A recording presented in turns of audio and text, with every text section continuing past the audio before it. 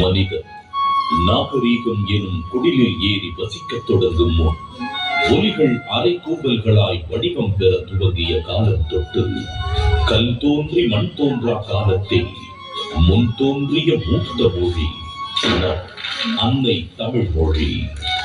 காலமெல்லாம் கடந்து நிற்கும் நம் தமிழ் மொழி உலகின் மிக பழமையான மொழி என்று கருதப்படுகிறது.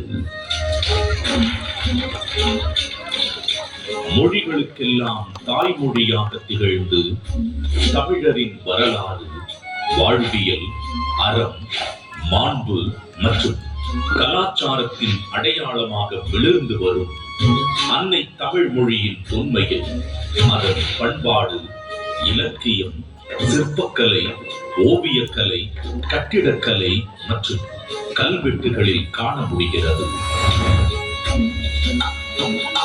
3 பிரிவுகள், 133 அதிகாரங்கள், மொத்தம் 1330 குறள்களில் இப்பாரினை அளந்து இவ்வுலகிற்கு இன்றியமையாத பொதுமறையை இயற்றி தந்த தமிழ் தாயின் தலைமகன், வையத்துள் வாழ்வாங்கு வாழ்ந்த தெய்வ புலவர் திருமகனார் திருவள்ளுவர்.